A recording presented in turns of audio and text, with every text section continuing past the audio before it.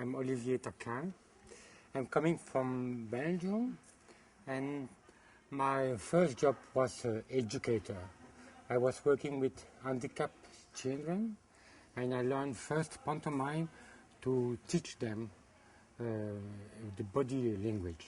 So my first job was working with handicapped people, and I was doing I had a body expression atelier. I studied educator, and after my study, I went to do some pantomime clown workshop to be ready to work with handicapped people. So, I mean, when I studied, I was used to use my body, and they saw me when I did my work there, when I learned it, and they saw me working with the children. I was quite cool with them, with the body expression, and then they asked me to come back and to work with them, and so I decided to do it, and I took pantomime lesson to work on it.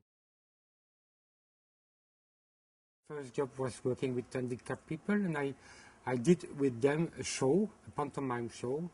I had 1 year, and we did a show together. And besides, I was also giving some show for kids, for party, for some wedding, so I was educator and I was pantomime amateur. I would say I was doing some show somewhere. First for the kids, and then for adults, and then slowly I start to do more and more pantomime. I start also to give pantomime lesson in some other place for adults. So like this, I did more and more pantomime, and after a few years, I had to decide: do I continue like a pantomime or do I do educator? Because I was doing both, and of course you cannot do both in a nice way. I was doing pantomime for 8 years without doing the robot, the automat or robot or mannequin or robot. It's very specific. It's one of the first things you learn when you do pantomime, just to have the nice, quite clear movement when you do pantomime. So you learn how to move just in a nice way, just ting, tuck, ting, tuck. This is basic technique. So I was doing pantomime. So I did some pantomime from Marcel Marceau, some creation from me and my friends, and I never used the dummy. And once I was giving pantomime lesson in school, and one of my students, they asked me to make animation. It was in '83, and it was for La Saint-Valentin. And I worked for chocolate, for Godiva. For Godiva. And it was for the same. So I was in Pierrot, and I was giving some praline. How we say praline? Mm-hmm. Praline. Whatever. And I was doing the Pierrot in slow motion. I was following the people, and I was also doing the statue and moving like a dummy.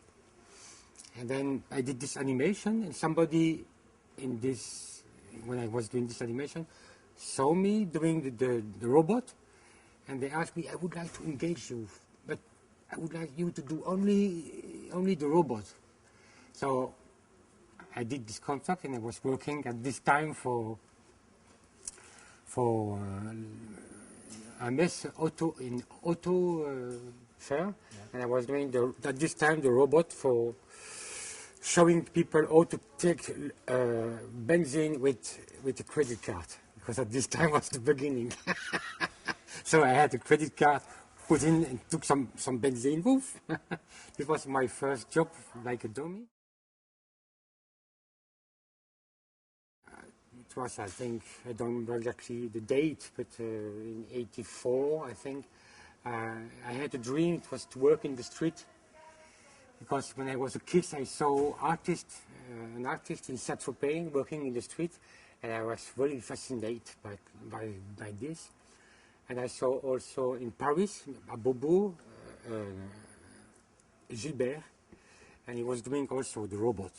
So I was fascinated to work in Saint-Tropez, and I was fascinated by the robot. So I built a box, and I took my car, and I went alone in Saint-Tropez, and I started to work alone like a dummy. I never worked in the street before. It was like, okay, I go, I see. I arrived in Saint-Tropez, and the first day, when I arrived there, I say, what did I do? I was so panicked, and I didn't work the first day. I was too much in stress. I said, no, I cannot do it. I was stupid to go in Saint-Tropez and to do this. So. But the day after, I had to do it because I didn't have any money for my holiday. So I started to just make animation in the street.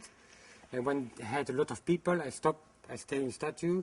I had a button on my feet. I pushed the button. I was doing my first tour on the box music, and I went and make improvisation with the audience. So I did for the first time in Saint-Tropez. It works, and then I started to improvise more and more. It took a woman. I was dancing with her. So the story came slowly, and I did this. On these holidays, sometimes I went to Brussels to do, on the weekend, to do some street work. And then the next year, I decided to go back in Saint-Tropez, and my brothers was once in Brussels few months before, and my brothers was looking to me, doing my act in the street, and I had this idea. I said to my brother, look, I'm gonna wait like this, I do the statue, and then I stay like this 5 minutes, and after 5 minutes, because I knew he was really strong, I said to him, take me and put me on the box, and I'm gonna do my act. And then we did like this. He took me, put me on the box, and I did my act alone.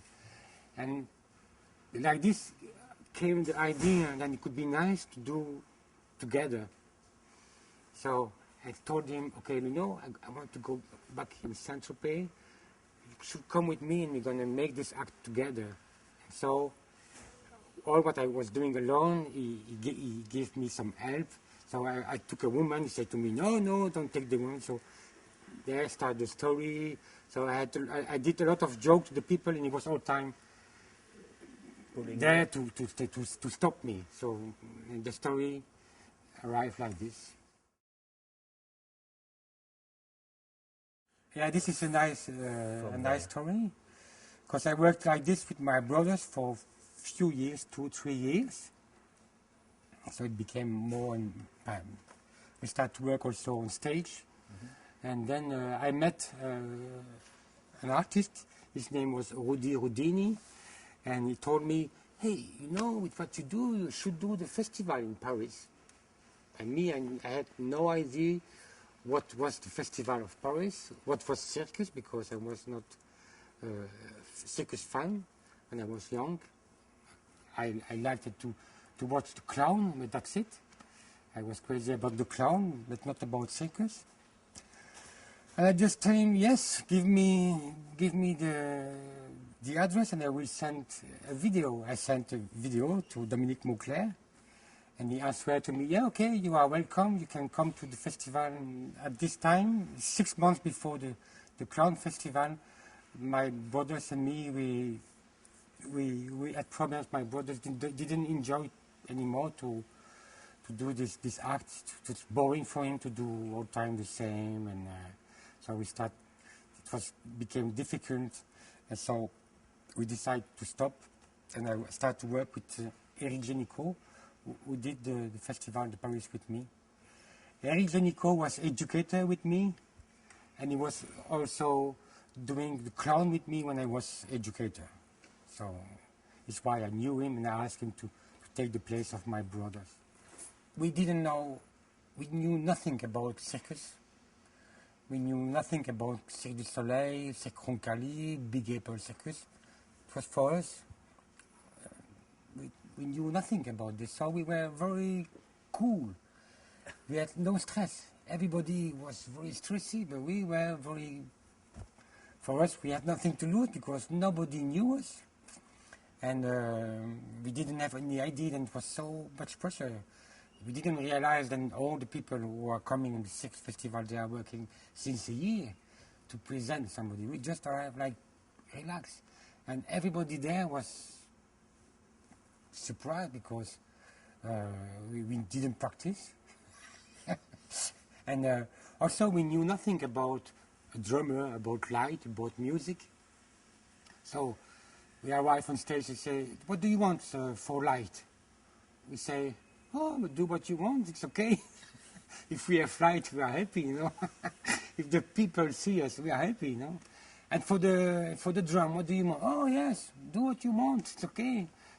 I never worked with a drummer before, so we were very happy that somebody was doing sound on us, you know. And for everything, we were so... Everything was fine and we were so cool. And then also, so all the artists, they were wondering, who are those guys? They just don't practice, they don't know what they want and what they're going to be. And we got the first gold prize, you know, and it was very big, amazing, big prize for everybody and for us also because we didn't realize what was happening. We knew nothing about the business, about... And that brought you a lot of contracts, of course. Of course, yeah. We worked on this festival. After this, we start our career, of course, yeah. I have a lot of good memory, but I have to say then the best memory I have was this festival in Paris. Was my biggest emotion when all the sick did a standing ovation, and it was so big emotion. And after this, it's strange. Then I have to say then. To work in the Rehearsal Circus was also a very strong public, and it was... That's in Germany. In Germany, yeah. I have to say that the public is one of the best public I had, because they are very fan of circus and very concentrated on the show, and they applaud like they qualify. It is very good memories. And you have done other things than the dummy, for instance, at the 25th anniversary of the festival or something, you came and do a series of sketches which were not... you are going to continue doing that? The problem is, when you do an act like we do, and the level is become higher and higher, I was used to do some other sketch. And then when you want to do something new, and this is the problem, the people, they want to see a high quality. But of course, you need to practice, you need to be used to it. So it became more and more difficult to show something new because the people say, yeah, it's nice, but you know, I prefer the dummy act. And so you do also more and more you act. You do less and less other things, then you became not so comfortable, you forget it. And of course, when you do a comedy act, I think you have to do it dozen times. And then to get the right rhythm, the right reaction, the right... Because a gag is working. But if you do it 1 second too late or 1 second too early, it won't work. If you don't have the right intention and the right moment, it won't work. So you need times to be comfortable on it, to find your own character and all those stuff. You need time. And of course, when you do a new act, it cannot be like, poof, right, good like this. You need time. And then the people, it's difficult for the people to understand this. They want something at the same level, but so finally you became in jail of your own act. prisoner of your prisoner act. of your own acting. Yeah. But do you like still doing it? Yes, I'm still very surprised, and it's working. And I have to say, when it's more difficult, of course, it's more difficult before. It gives me, I need more energy to come in. But when I'm on stage, and I have the girl in my arm, and I play with my partner, when the public is good, I still like magic for me. Yeah? I'm still very surprised when I'm doing my first tour, and I feel the concentration of the public, and I feel, oh my God, it's incredible. I just move few movements, all the people are looking, and then you have this applause coming in like this. Yes, no, I still enjoy it. But I think we are professional also. There are some day you are very happy to do it. Some day you don't enjoy so much, but you do it because it's your work. But for everybody, it's like this, no? It's